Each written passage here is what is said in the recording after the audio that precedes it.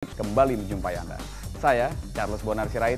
Topik yang sengaja saya pilihkan kali ini adalah 3R yang harus dimiliki oleh pembicara publik modern. Apakah yang dimaksud dengan 3R itu? Yang pertama, atau R yang pertama adalah research. R yang kedua adalah rehearse. Dan R yang ketiga adalah just relax. Saya mulai dulu dari yang pertama. R pertama adalah research.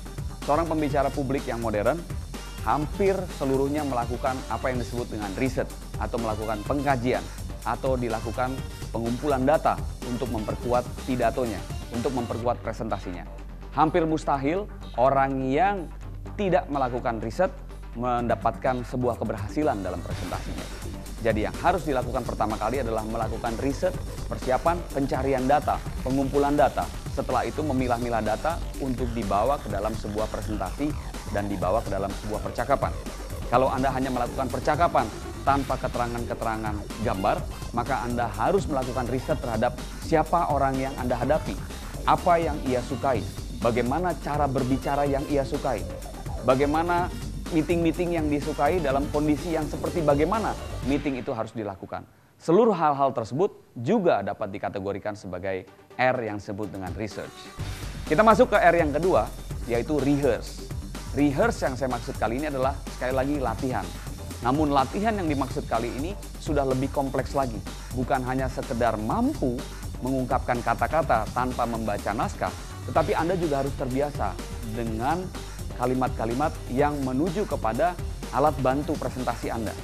Oleh karena itu, untuk presentasi bisnis yang sangat rumit, yang sangat membutuhkan data, PowerPoint, ataupun alat-alat pembantu visual lainnya, Anda harus melakukan yang disebut dengan rehearse.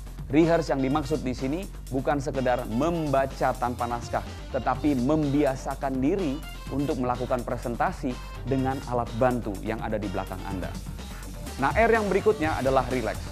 Sering sekali pembicara publik modern yang sudah melakukan 2 tahap R tadi di depan, risetnya sudah dilakukan, datanya sudah oke, datanya sangat komplit. Lalu sudah melakukan juga latihan, dilakukan berkali-kali, direkam seperti ini. Lalu dilihat kembali apa kelebihan dan kelemahannya.